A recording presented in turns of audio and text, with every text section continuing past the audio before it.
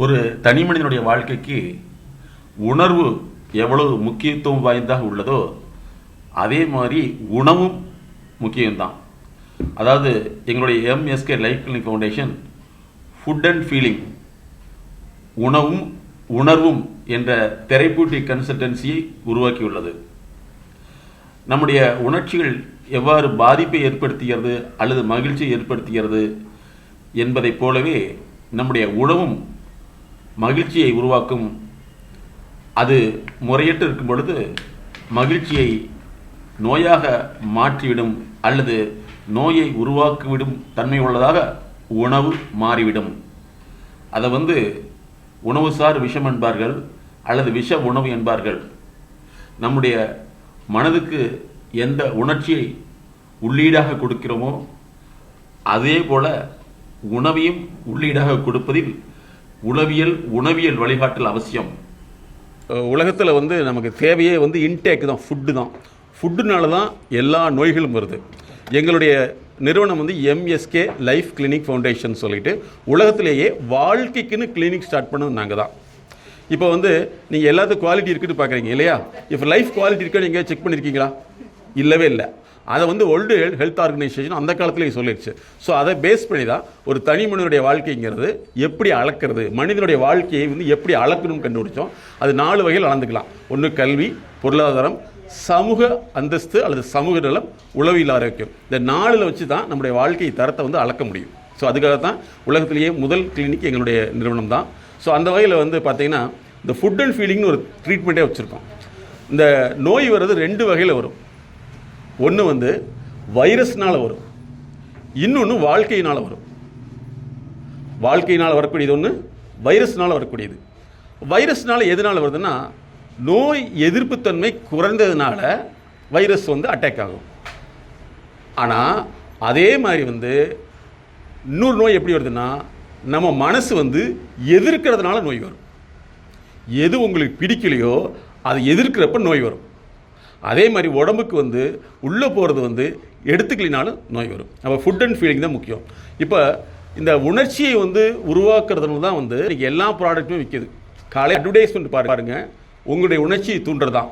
அப்படியே ஆவி பறக்க நூடுல்ஸ், அந்த நூடுல்ஸை சமைக்கிறதுக்கு முன்னாடி பாக்கெட்லேருந்து வாங்கி அதை மைக்ரோஸ்கோப்பில் வச்சு பார்த்தீங்கன்னா நீங்கள் 15 தலைமுறைக்கு எழுதி வச்சுருவீங்க இதை சாப்பிடாதீங்கன்னு சொல்லிட்டு. உலகத்தில் உள்ள அனைத்து பாக்டீரியாவும் உள்ளே இருக்குது அப்படிங்கிறாங்க. சரியா? அப்போ எதெல்லாம் பேக்குடு ஃபுட்டோ நம்மளை பேக் பண்ணுறதுக்கு வருதுன்னு அர்த்தம். நம்ம இந்த பகுதியில் எந்த செடி இருக்குதோ அந்த செடி தான், அந்த உணவு தான் நமக்கு சூட்டபிள்.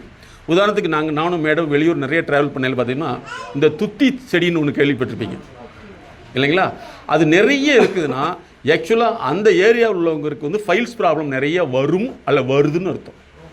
இயற்கை எப்படி கிரியேட் பண்ணிட்டு வச்சுருக்கு பாருங்கள். Nature is a tremendous knowledge pattern. அதனால் நீங்கள் உணவு தான் நோய், உணர்வு தான் நோய். அந்த உணவும் கண்ட்ரோல் ஆகிடுச்சுன்னா நோயே கிடையாது. அதனால தான் பெரும்பாலும் உங்களுடைய உணர்ச்சியை தூண்டி விட்டுட்டு 2வது நோய்க்கான உணவு கொடுத்துருவாங்க. அப்போ ஃபஸ்ட்டு நீங்கள் மனசை மனம்ங்கிறது வேறு ஒன்றும் இல்லை. எங்களுடைய உளவியல் கோட்பாட்டின்படி அறிவினுடைய தொகுப்பு தான் மனம். மனநலம் மண்ணுயிர் காக்கம், இனநலம் எல்லா புகழும் தரும். அதே போல் அவரே சொல்லியிருக்கார், அறிவினால் ஆவதும் உண்டோ பிரிது நோய் தம் நோய் போல் போற்றா கடைங்கிறார். நமக்கு அறிவு இருக்குதுன்னா பிறருடைய நோயை குணப்படுத்தக்கூடியதான் அறிவுங்கிறார். பாரதியார் என்ன தெரியுமா சொல்கிறாரு? சுத்த அறிவே சிவம்ங்கிறார். அப்போ தான் நம்ம உடலை இயக்கக்கூடியது, வாழ்க்கையை இயக்கக்கூடியது இந்த மனசுங்கிற அறிவு தான். அப்போ மெயினாக உங்கள் உடல் எப்போ கெடும்னா உணர்ச்சி தூண்டப்படையில் முடக்கப்படையில், தூண்டி வெளியில் வரையில் அது கோபமாகவோ மற்ற விஷயங்களாக உருவாகும். இந்த கோபம் உருவாயிடுச்சுன்னா அதிகமாக பசி உருவாகும். எங்கள் மேடம் ஒரு கன்சல்டேஷன் பார்த்தாங்க, ஒரு சயின்டிஸ்ட்டு. அவங்க ஃபேமிலியே எல்லாமே டாக்டர்ஸ்னால் சாதாரண டாக்டர்ஸ் கிடையாது, எவ்வளோ பெரியவங்க. அவங்களுக்கு என்னென்னா பசி, அகோர பசி. இப்படி உள்ளவங்களை நாங்கள் கண்ட்ரோல் பண்ணுறதுக்கு, அவங்க சரி பண்ணுறதுக்கு 3 வருஷம் வேறு எந்த மெடிசனுமே இல்லை. அந்த ஃபீலிங்ஸ் எங்கே இருக்குன்னு மட்டும் கிளியர் பண்ணாங்க. இப்போ சாப்பிட்றது ரொம்ப கிளியர் ஆகிடுச்சு. இந்த உணர்ச்சி வசப்படக்கூடியது, உணர்ச்சியை முழக்கக்கூடியதான் நோய். அதில் நிறைய பேர் கவலை வந்துச்சுன்னா நிறைய சாப்பிடுன்னு சொல்லுவாங்க. அந்த கவலையினால் வரக்கூடிய அந்த சாப்பாடு இருக்குது இல்லைங்களா, அது ஆக்சுவலாக என்னென்னா இதுதான், அது ஃபியூலிங் கிடையாது. அது வந்து வயிற்றை அடைக்கிறதான், வயிற்றை அடைக்கவே கூடாது. அதே மாதிரி சாப்பாடுங்கிறதுக்கு ஒரு சின்ன அளவுகோல் நாங்கள் என்ன சொல்கிறோம்னா, சாப்பிட்டு இது எல்லாமே சொல்லக்கூடியது இருணும் உங்களுக்கு நினைவு கொடுத்துருக்காங்க. சாப்பிட்ட பின்னாடி இன்னும் கொஞ்சம் சாப்பிட்லாமான்னு தோணுச்சுன்னா இது வந்து உங்களுடைய ஃபீலிங். சாப்பிட்டது உடம்புல ஒட்டவே மாட்டேங்குது. உடம்புல ஒட்டலைன்னா மனசில் வந்து நிறைய நம்ம அறியாத பிரச்சனைகள் இருந்துகிட்டே இருக்கும். அதுக்கு பேர் நாங்கள் என்ன சொல்லுவோம், கே பாத் அனாலிசிஸ்ன்னு சொல்கிறோம். உங்களுடைய அறிவு பாதையை கண்டறிந்து பார்த்தோம்னா அவங்க நிறைய முரண்பாடுகள் இருக்கும் பொழுது, நிறைய மன எதிர்ப்புகள் இருக்கும் பொழுது சாப்பிட்றதே வந்து வருத்தப்பட்டு சங்கடப்பட்டு சாப்பிடுவாங்க. அப்படி சாப்பிடையில் வந்து அதை வந்து உடம்பு ஏற்றுக்காது. ஏன்னா உடம்புக்குள்ளே என்ன இருக்குதுன்னு சொன்னால் அந்த உணர்வு தான் இருக்குது. அதாவது நம்ம வந்து செத்து போயிட்டோம்னா முடிஞ்சு போயிடுச்சு. ஆனால் செத்த முன்னாடி இருக்கிற பாக்டீரியா எப்படி உயிரோடு இருக்குது? அப்போ அது செத்து போயிடணும் அல்லவா, இல்லைங்களா? அப்போ என்னென்னா அது உயிர் ஊட்டம் தான் இருக்குது. அதனால் வந்து உடலில் வந்து அதிகமான உணர்ச்சிகள் வந்து தரப்படுத்தப்படாத பொழுது அது வந்து பல்வேறு வகையில் வந்து நோய்களை உருவாக்கும். அதில் மெயினாக வந்து நீங்கள் எப்போலாம் வந்து ஃபீலிங் வர்றீங்களோ அப்போலாம் வந்து இன்னொன்று தூண்டும். அது பசிங்கிற பேரில் வந்து தேவையற்ற விஷயங்களை கொண்டு வந்துடும். அதே மாதிரி உங்கள் குழந்தைகளுக்கு சொல்ல வேண்டியது என்னென்னா, உங்கள் வீட்டில் என்ன இருக்குதோ, கடல மிட்டாயா இந்த மாதிரி மட்டும் கொடுங்க. நீங்கள் பேக்கட் ஐட்டத்தை வந்து மேக்ஸிமம் தவிர்த்துட்டிங்கன்னா உங்களுடைய செகண்ட் ஜென்ரேஷன் நல்லாயிருக்கும். நினைவு வச்சுங்க, நாங்கள் 3 தலைமுறையை பார்க்குறோம். 70 வயசு பாட்டி கன்சல்டிங் பார்க்குறோம். அதே மாதிரி வந்து 50 வயசில் மகளை பார்க்குறோம், பேத்தியை பார்க்குறோம். இந்த 3 பேத்துக்குள்ளே என்ன தொடர்புனா, பாட்டி எப்படிப்பட்ட வார்த்தையை பேசுதோ, எப்படி உணர்வு அதே விஷயத்தை பேத்தி பேசுது. இது கனெக்ஷனே கிடையாது. அப்போ நீங்கள் வந்து இந்த உடலுங்கிறது வந்து ரெக்கார்டர். நாங்கள் என்ன சொன்னால் டிஎன்ஏ. இப்போ நீங்கள் கொடுக்குற ஃபுட்டு உங்களுக்கானதே அல்ல, உங்களுடைய சந்ததிக்கான ஃபுட்டு. வீட்டில் வந்து நேச்சுரலாக மட்டும் வைங்க.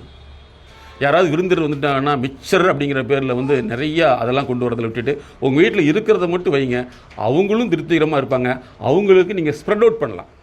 இப்படி ஒன்று இருக்குன்னு சொல்லிட்டாங்க, என் உடம்பு இழைச்சே போகுது அப்படின்னு சொல்லுவாங்கன்னு. ஏன் அப்படின்னா, குண்டாக இருந்தால் என்ன சொல்லுவாங்க, எதுக்கு இந்த பிள்ளைக்கு இவ்வளோ பெரிய குண்டு, இதெல்லாம் யார் கல்யாணம் பண்ண போகிறாங்க, ரிஜெக்ட் பண்ணிடுவாங்கல்ல, இலக்க வைக்க வேண்டியதான், இங்கே ஆஸ்பத்திரி போய் பார்க்க வேண்டியதானுப்பாங்க.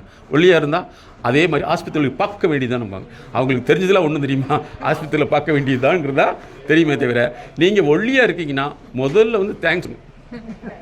ஏன்னா ஒல்லியாக இருக்கிறதுக்கு ஒரு கிலோவுக்கு 4500 தெரியுமா உங்களுக்கு? ஒல்லியாக இருக்க ஒரு கிலோவுக்கு 4500.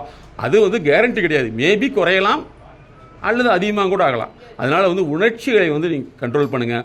ஃபுட்டு வந்து ரொம்ப ரொம்ப முக்கியமான. டேஸ்ட் அப்படின்னாவே அது வேஸ்ட். எதெல்லாம் வந்து டேஸ்ட்டை கூட்டுறீங்களோ நம்ம அருமையாக, அது வேஸ்ட். நேச்சுரல் ஃபுட்டுக்காக டேஸ்ட்டை கூட்டுறது வேறு, ஆர்டிஃபிஷியல் ஃபுட்டுக்காக நேச்சுரல் கூட்டுறது வேறு. ஆர்டிஃபிஷியல் ஃபுட்டுக்கு நேச்சுரல் சுவை கூட்டியில் தான் அது நமக்கு வந்து மிகப்பெரிய நோய்களை உருவாக்குது. கிடையாது நம்மளுடைய 3வது 4வது தலைமுறைக்கு செய்யக்கூடிய வேலை. அப்போ இன்னையிலிருந்து வந்து நேச்சுரல் ஃபுட்டு சாக, ஏன்னா இது வந்து நமக்கான ஒரு விஷயம் இல்லை, உலகத்துக்காக ஒரு விஷயம். நம்ம வந்து இன்றைக்கி பார்த்திங்கன்னா நமக்கு முன்னோர்களுக்கு வந்து நோயே கிடையாது. இன்றைக்கி சர்க்கரை அப்படிங்கிறது வியாதியாக மாறிடுச்சு இல்லைங்களா? சர்க்கரை வியாதி முதல்ல இருந்ததா, இப்போ ஏன் வந்துச்சுன்னா இதில் ஒரு முக்கியமான விஷயம் இருக்குது.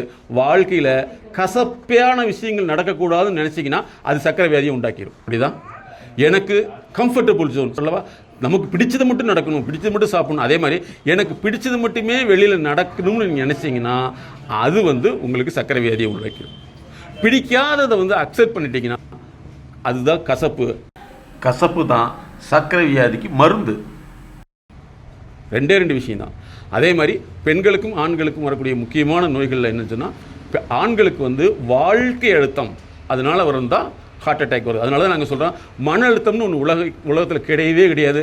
எல்லாமே மன அழுத்தம் சொல்கிறாங்க. வாழ்க்கை அழுத்தம் தான் இருக்குது. வாழ்க்கை அழுத்தம் தான். வாழ்க்கை அழுத்தத்துக்கு நம்ம ஏன் ட்ரீட்மெண்ட்டுக்கு போகிறோமா?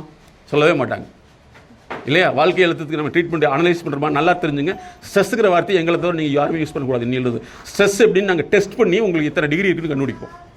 அதுக்கு தகுந்த மாதிரி தான் பிஹேவியரல் ப்ரிஸ்கிரிப்ஷன், எமோஷனல் ப்ரிஸ்கிரிப்ஷன் இப்படி நாங்கள் அதை கொடுப்போம். அதனால் வந்து இந்த நேச்சுரல் தெரப்பி அப்படிங்கிறது வந்து உடலை இயக்கினாவே போதும், உங்களுக்கு நோய் வரவே வராது. வாழ்க்கை இயக்கிறதுக்கு வந்து அறிவு சார்ந்த ட்ரீட்மெண்ட் வேணும். ஸோ எங்களுடைய அறிவு, எங்களுடைய நிறுவனத்தினுடைய அறிவு எங்களுக்கானதல்ல, உங்களுக்கானது.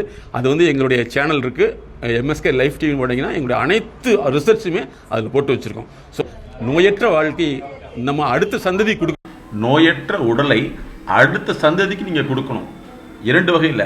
ஒன்று ரத்தமும் சதையுமாக இன்னொன்று அற்புதமான ஆனந்தமான மனோபாவத்தோடு முடியும். நம்ம இப்போ வாழ்கிறது நமக்கானது அல்ல. நல்லா ஞாபகத்தில் வச்சுங்க. நாங்கள் அடிக்கடி சொல்லுங்க, டியூஷனே அனுப்பாதீங்க. ஏன்னா சுய அறிவு இருக்காது. நாங்கள் வந்து போன வாரம் ஒரு அரசு நிறுவனங்களுக்கு நாங்கள் எங்களுடைய ஸ்பெஷலாக கூப்பிடுவாங்க. ஒரு 45 வயசில் உள்ளவங்க அத்தனை பேருக்கு ஒரு ட்ரைனிங் ப்ரோக்ராம் கொடுத்தோம். அவங்க என்ன சொன்னாங்கன்னா, சொன்னதை மட்டும் தான் செய்ய தெரியுது, ஆனால் படிப்பு என்ன, எம்இ எம்பிஏ. ஸோ டியூஷனுங்கிறது வந்து இருக்கவே கூடாது. அப்போ உங்களுடைய ஹியூமன் இன்டெலிஜென்சி குறைஞ்சி போயிடும். படிப்பில் பிரச்சனையை சரி வேணும்னா போதுங்க. விளம்பரத்தின் மூலமாக தான் நம்ம ஏமாற்றப்படுகிறோம். எங்கேயெல்லாம் வந்து நீட்டுக்கு கோச்சிங்கன்னா நம்ம வீட்டுக்கு அவுட். நீட் இன்டெலிஜென்சின்னு யாராவது செய்கிறாங்களா? சரி, 10th வரைக்கும் படிக்கிறாங்க. அது 10th பின்னாடி வந்து அதே இங்கிலீஷ் தானே இருக்குது. அது சொல்லிக் கொடுத்தா தான் புரியுமா அப்படின்னா, இங்கே தான் வந்து இயற்கை தன்மை குறைக்கப்படுகிறது. அதே மாதிரி தான் உணவு வந்து வெளியிலிருந்து உங்களுக்கு பேக்கெட் வந்துச்சுன்னா உங்களுடைய இயற்கை தன்மை குறைக்கப்படுகிறது. அதனால் இயற்கை தன்மை உருவாக்கிட்டோம்னா மிகப்பெரிய விஷயம். நல்லா ஞாபகத்தில் வச்சுங்க. ஆர்டிஃபிஷியல் இன்டெலிஜென்சி இப்போ வந்துருச்சு. நீங்கள் எந்த ஃபுட்டை விரும்புகிறீங்களோ அந்த ஃபுட்டு உங்களுக்கு அட்வர்டைஸ்மெண்ட்டாக வரும். இது நீங்கள் தப்பிக்கவே முடியாது. நீங்கள் தப்பிக்கணும் ஒரே விஷயம், உங்கள் வீட்டில் வந்து எப்போவுமே காய்கறி நிறைய வச்சுங்க. அப்பப்போ ஒன்று ரெண்டு கடக்கு முடக்குன்னு எடுத்து சாப்பிடுங்க. ஏதாவது குழந்தைங்க கேட்கும், ஏமா லூஸாக நீங்கள் இப்படி சாப்பிட்றீங்க, இல்லை லூஸாகாமல் இருக்கிறதே இப்படி சாப்பிடணும்னு சொல்லுங்கள். அது ரொம்ப கிளியர் ஆகிடும். நம்ம அதை விட்டு போட்டு பிஸ்கெட்டு இல்லைங்களா, ரயில்வே கேட்டு, அப்புறம் ஆஸ்பத்திரி கேட்டு, இதெல்லாம் வேண்டவே வேண்டாம். நேச்சுரல் ஃபுட்டை கொடுங்க. ஃப்ரூட்ஸ் வந்து காஸ்ட்லின்னு சொன்னால் சார் அருமையான ஒரு தீர்வு கொடுத்தார். வாழைப்பழம் போதும், அதுக்கு பேர் தான் ஃப்ரூட் தானே, இல்லை வேறு ஏதாச்சும் இருக்குங்களா? அந்த மாதிரி போட்டு சாப்பிட்டிங்கன்னா ஒரு அற்புதமான ஒரு வாழ்க்கையை நம் சந்ததி கொடுக்க முடியும் என்ற ஒரு விழிப்புணர்வோடு அந்த அருமையான வாய்ப்பை பெருந்தன்மையோடு கொடுத்த சாருக்கும் உங்கள் அனைவருக்கும் நன்றியை தெரிந்து மீண்டும் சந்திப்போம். Thank you, all the best.